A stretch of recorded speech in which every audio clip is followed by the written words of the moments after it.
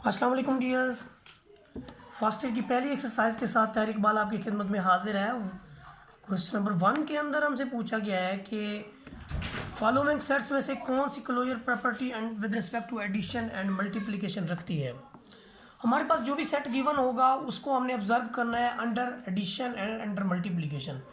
इसी से हम एक ही एलिमेंट है इसे दो बार ले सकते हैं, यानी अगर हम ज़ीरो को ज़ीरो में प्लस करेंगे तो रिजल्ट ज़ीरो आएगा। That belongs to the given set, कि वो जो है गिवन सेट से बिलोंग करता है। तो इसका मतलब क्या हो गया, क्लोज्ड हो गया। क्लोज्ड का मतलब ये है कि आपने उसी सेट से एलिमेंट लिया और वापस उसी सेट के अंदर वो चला गया। तो this is called closure law under addition. इसी तरह से हमारे पास जो नेक्स्ट है वो ये है कि हमने इसकी क्लोजनेस चेक करनी है अंडर मल्टीप्लिकेशन। तो देखिए आप कि दूसरी बार भी हम इसी सेट से ज़ीरो लेंगे और ज़ीरो को मल्टीप्लाई कराएंगे ज़ीरो के साथ, तो हमारा रिजल्ट ज़ीरो है। और ज़ीरो जो है ये बिलोंग कर गया उसी सेट से। जब ये उसी सेट से बिलोंग कर जाए तो हम इसको कहेंगे कि it is closed under multiplication. इसके बाद जो नेक्स्ट हमारे पास है वो ये है कि क्लोजनेस हमने सिंगलटन सेट 1 की जो है चेक करनी है अंडर एडिशन एंड मल्टीप्लिकेशन। तो 1 को 1 में जमा करें रिजल्ट 2 आ जाएगा। ये क्लोज नहीं है, आप देखें 2 इस सेट के अंदर बिलोंग नहीं करता, तो हम कहेंगे it is not closed under addition. Next जो हमारे पास है वो है अंडर मल्टीप्लिकेशन। हम 1 को 1 से मल्टीप्लाई करते हैं, रिजल्ट हमारा 1 आता है और 1 जो है वो बिलोंग कर जाता है 1 से, तो हम इसके बारे में कह सकते हैं कि it is closed under multiplication. तो सिंगलटन सेट 1 जो है ये क्लोज्ड है अंडर मल्टीप्लिकेशन और क्लोज्ड नहीं है अंडर एडिशन। थर्ड जो हमारे पास है वो ये है कि 0 -1 है।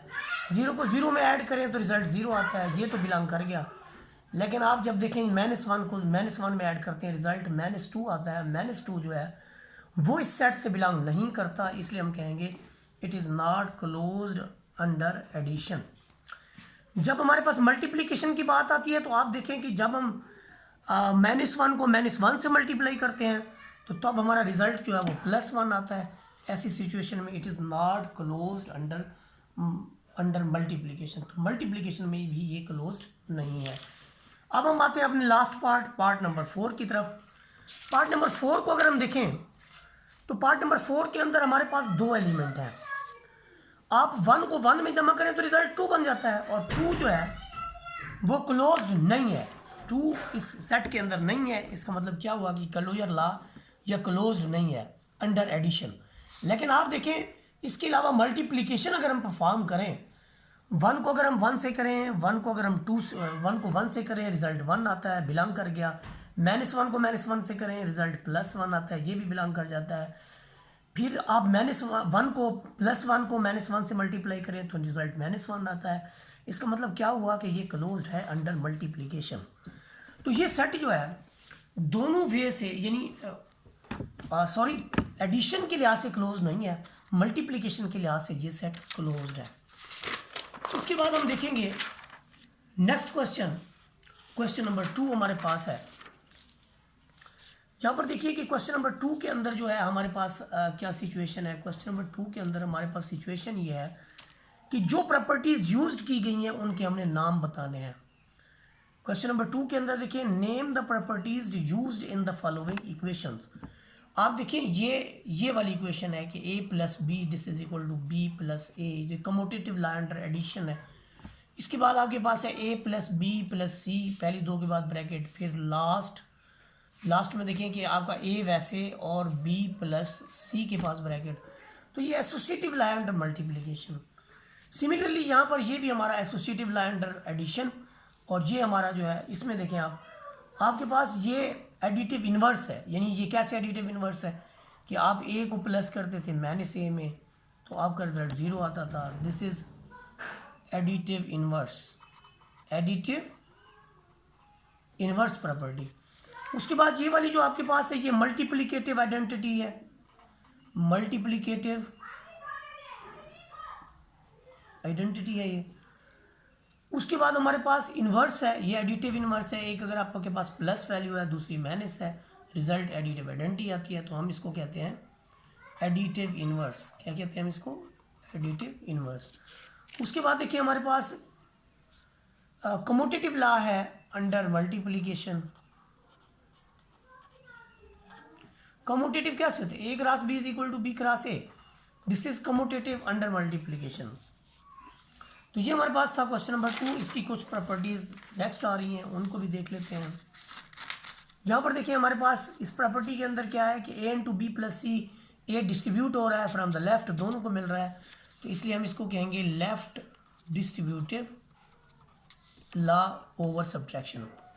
ये हमारे पास राइट डिस्ट्रीब्यूटिव लॉ है ओवर सब्ट्रैक्शन, तो ये right distributive law over subtraction. फिर हमारे पास पार्ट नंबर 3 में देखें, आपके पास ये कम्यूटेटिव एसोसिएटिव लॉ है कि A cross B cross C, this is equal to A cross B, इसमें ब्रैकेट और क्रॉस सी बाद में। तो ये आपके पास है जी एसोसिएटिव लॉ, एसोसिएटिव लॉ। उसके बाद जो आपके पास है, ये आपके पास है left distributive over addition and subtraction. ये आपके पास है left distributive over addition and subtraction. इसके बाद हम क्वेश्चन नंबर 3 का स्टार्ट लेते हैं। क्वेश्चन नंबर 3 के अंदर देखें हमारे पास क्या है, वो कहते हैं name the properties used in the following inequality. Inequalities के अंदर जो प्रॉपर्टीज़ का यूज हुआ है उनके नेम बताएं। देखिए यहाँ पर आपका -3 जो है वो 0 बना, कैसे बना? आपने +3 फिर -3 लगाया, इधर भी आपने 3 प्लस कर दिया, ये आपका बना रिजल्ट 0, और ये बना आपके पास 1। इसमें एडिटिव प्रॉपर्टी है, एडिटिव प्रॉपर्टी।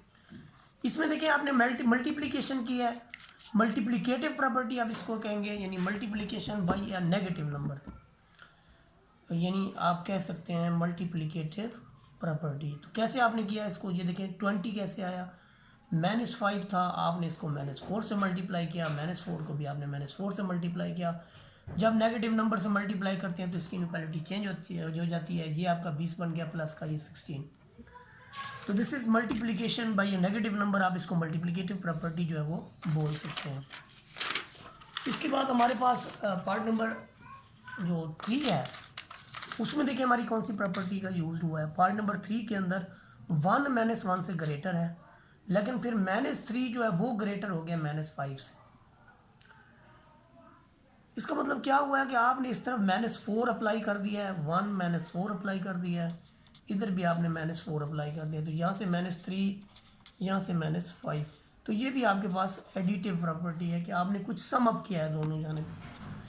इसमें ए आपका नेगेटिव है तो -a पॉजिटिव, आपने क्या किया है कि इसको -1 से मल्टीप्लाई कर दिया है।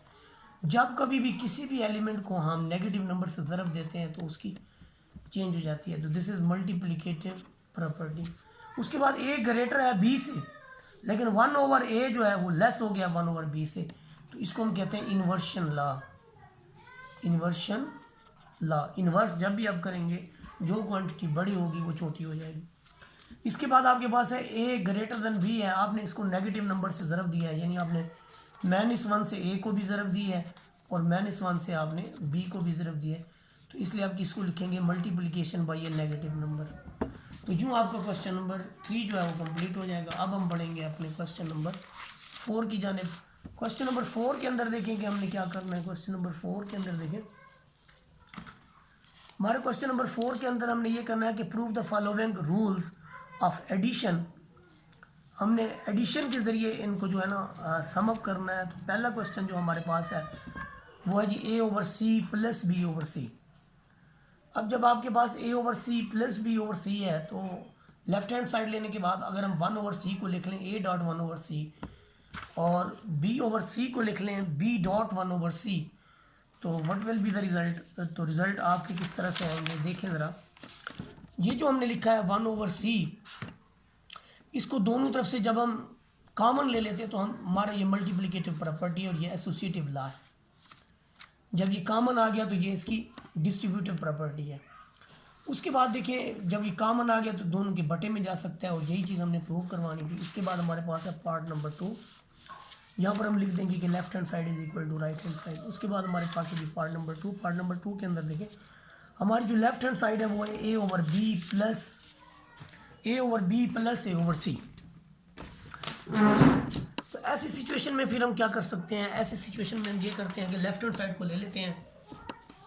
पहली वैल्यू भी यूँ समझ लें कि आपकी मल्टीप्लिकेशन होगी 1 से, दूसरी को ये जो हमने किया तो ये हमारा एडिटिव आइडेंटिटी है।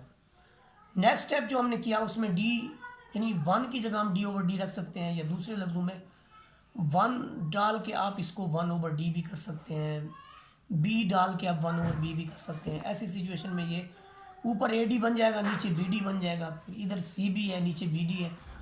तो 1 ओवर बी डी जो है ये वाली चीज़ हम कॉमन कर सकते हैं। तो हम इसको क्या करते हैं कि इस वैल्यू को कॉमन ले लेते हैं, 1 ओवर बी डी और 1 ओवर बी डी को। जब हम इसका 1 ओवर बी डी कॉमन लेते हैं तो यहाँ पर देखें 1 ओवर बी डी यहाँ पर आ गया, इधर आपके पास ए डी और बी सी बच गया। तो ए डी और बी सी के साथ ये फिर मल्टीप्लाई करें तो इसके नीचे आ जाता है, दिस इज़ डिस्ट्रीब्यूटिव लॉ।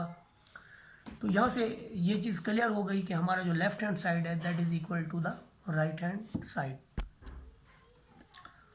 अब हम जाते हैं अपने नेक्स्ट क्वेश्चन की तरफ, क्वेश्चन नंबर 5 की तरफ। क्वेश्चन नंबर 5 जो है हमारे पास,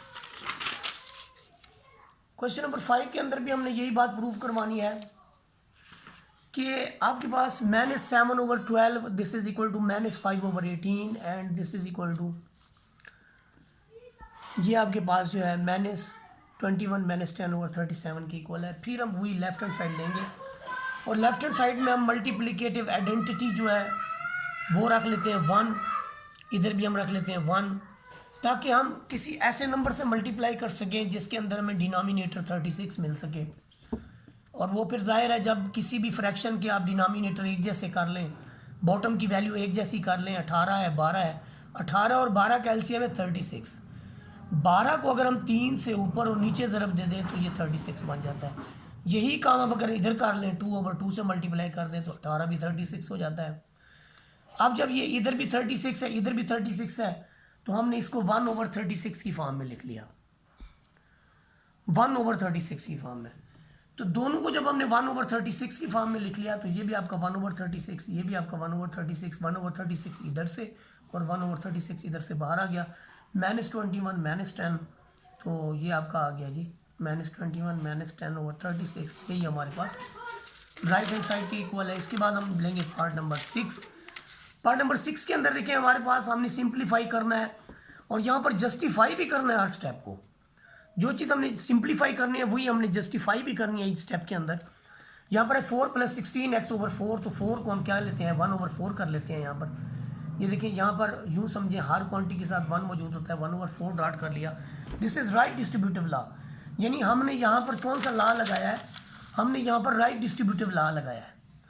तो 1 ओवर 4 करने के बाद यहाँ पर 4.14 को हम लिख सकते हैं और 16 को हम 4.4 लिख सकते हैं। इसमें से एक 4 हम कॉमन ले लेते हैं। ये देखिए ये बाहर चला गया, ये जब दोनों तरफ से बाहर जाएगा तो हमारे पास 4 इधर आ जाएगा, 1 इधर आ जाएगा, 4x। तो 1 + 4x, ये 4 से 4 कट जाएगा, 1 आ जाएगा, तो 1 + 4x। ये डिस्ट्रीब्यूटिव प्रॉपर्टी है, ये फिर मल्टीप्लिकेटिव प्रॉपर्टी है, ये एक दूसरे के मल्टीप्लिकेटिव इन्वर्स हैं जो हमने यहाँ पे लिखा है। उसके बाद 1 जो है वो मल्टीप्लिकेटिव इंफिनिटी है, इसे हमने यहाँ पे लिखा है। तो जस्टिफाई करते हुए ईच स्टेप को हमारा ये सिंप्लीफाई हो गया। उसके बाद ये फर्स्ट पार्ट था। फर्स्ट पार्ट के बाद हम इसके सेकंड पार्ट की तरफ बढ़ेंगे। इसका जो सेकंड पार्ट है उसमें भी देखें कोई ख़ास डिफ़िकल्टी हमें नहीं आनी चाहिए। यहाँ पर गौर करें, हमारे पास जो पहला सेकंड पार्ट का फर्स्ट स्टेप है 1 ओवर 4 + 1 ओवर 5, 1 ओवर 4 - 1 ओवर 5। 4 और 5 का एलसीएम मेथड 20 हमने फॉर्म करना है पहले। तो इनको दोनों को .1 दे दें, ये .1 दिया, .1 दिया। उसके बाद हमने क्या किया, दोनों को .1 देने के बाद नीचे भी हमने .1 दे दिया, ताकि हम इधर जहाँ 4 है वहाँ 5 को इम्प्लीमेंट कर सकें नोमिनेटर डिनोमिनेटर में, और जहाँ पर 5 है वहाँ 4 को इम्प्लीमेंट कर सकें। ये देखें 4 ओवर 4, 5 ओवर 5, 5 ओवर 5, ताकि हमारे डिनोमिनेटर के अंदर 20 फॉर्म हो सके। ये 20 फॉर्म हो गया दोनों जानिब। अब यहाँ पर सब में से हमने 1 ओवर 20 जो है वो कॉमन लेना है। स्टेप के अंदर देखें हमने 1 ओवर 20 कॉमन ले लिया, ये यहाँ पर भी है, यहाँ पर भी है, ऊपर से कॉमन आ गया, फिर यहाँ पर भी है और यहाँ पर भी है, फिर इधर से भी कॉमन आ गया। ये कैंसिलेशन लॉ लगा दिया। 5 और 4 आपका 9 आ गया, नीचे 1 है, 9 ओवर 1 इज 9। तो ये जो है हमारा प्रूफ है इस क्वेश्चन का। इसके बाद हम इसका देखते हैं थर्ड पार्ट। थर्ड पार्ट जो हमारे पास है उस पर ज़रा गौर करें कि यहाँ पर आपके पास दो वैल्यूज़ हैं, ए over B, C over D. अपने बी डी बनाना है, इधर भी बी डी बनाना है, इधर भी बी डी। आप क्या करते हैं कि 1 आप इधर भी दे देते हैं, इधर भी दे देते हैं, सबको आप एडिटिव आइडेंटिटी से मल्टीप्लाई कर देते हैं। उसके बाद आप क्या करते हैं कि डी डॉट 1 ओवर डी कर देते हैं। यहाँ पर चूंकि डी की ज़रूरत थी तो डी डॉट 1 ओवर डी कर दिया। यहाँ पर हमें बी की ज़रूरत थी तो हमने बी डॉट 1 ओवर बी कर दिया। ऐसा करने से हमें क्या मतलब उसमें जो है वो फ़ायदा हुआ, उसमें फ़ायदा में ये हुआ कि जो यहाँ पर मल्टीप्लिकेटिव इन्वर्स बन रहे हैं वो जब मल्टीप्लाई होंगे, मसलन ए डी से मल्टीप्लाई हो जाएगा और बी डी से मल्टीप्लाई हो जाएगा, तो A D over B D, B C over B D, A D over B D, B C over B D. तो आप देखें इसको हम A D dot 1 over B D लिख सकते हैं, B C dot 1 over B D, A D dot 1 over B D, B C dot 1 over B D. सबके denominator में हम ऐसा कर सकते हैं। उस सिचुएशन में फिर क्या होगा, हम 1 ओवर बी डी कॉमन ले लेंगे। यहाँ पर हमारे पास A D B C, A D minus B C, तो हमारा यहाँ पर कैंसलेशन ला लगेगा और यहाँ पर रिजल्ट आ जाएगा। ये इसकी सिंप्लीफिकेशन है इस क्वेश्चन की। इसके बाद हमारा इस एक्सरसाइज का लास्ट पार्ट है, that is part number 4। Part number 4 के अंदर देखें जो हमारा काम है वो ये है कि अगेन 1 ओवर ए है और 1 ओवर बी है, तो ए बी यहाँ पर भी बनाना है, यहाँ पर भी बनाना है। आप मल्टीप्लिकेटिव आइडेंटिटी दे दें सबको, फिर B dot B inverse, A dot A inverse, multiplicative inverse property लगाई। पहले हमने मल्टीप्लिकेटिव आइडेंटिटी प्रॉपर्टी लगाई, यहाँ पर भी हमने मल्टीप्लिकेटिव इन्वर्स लगा दिया। यहाँ ज़रूरत नहीं है, ऑलरेडी ए बी बन रहा है। तो आपका नोमिनेटर और डिनोमिनेटर की तमाम वैल्यूज़ में ये देखें, इधर A B A B A B A B, ये ए बी, और यहाँ पर 1 ओवर ए बी करने के बाद यहाँ से ये देखिए 1 over A B, 1 over A B, 1 over A B, 1 over A B. तो 1 ओवर ए बी हमारा कॉमन आ गया, इधर भी आ गया, इधर भी आ गया, कैंसिल हो गया।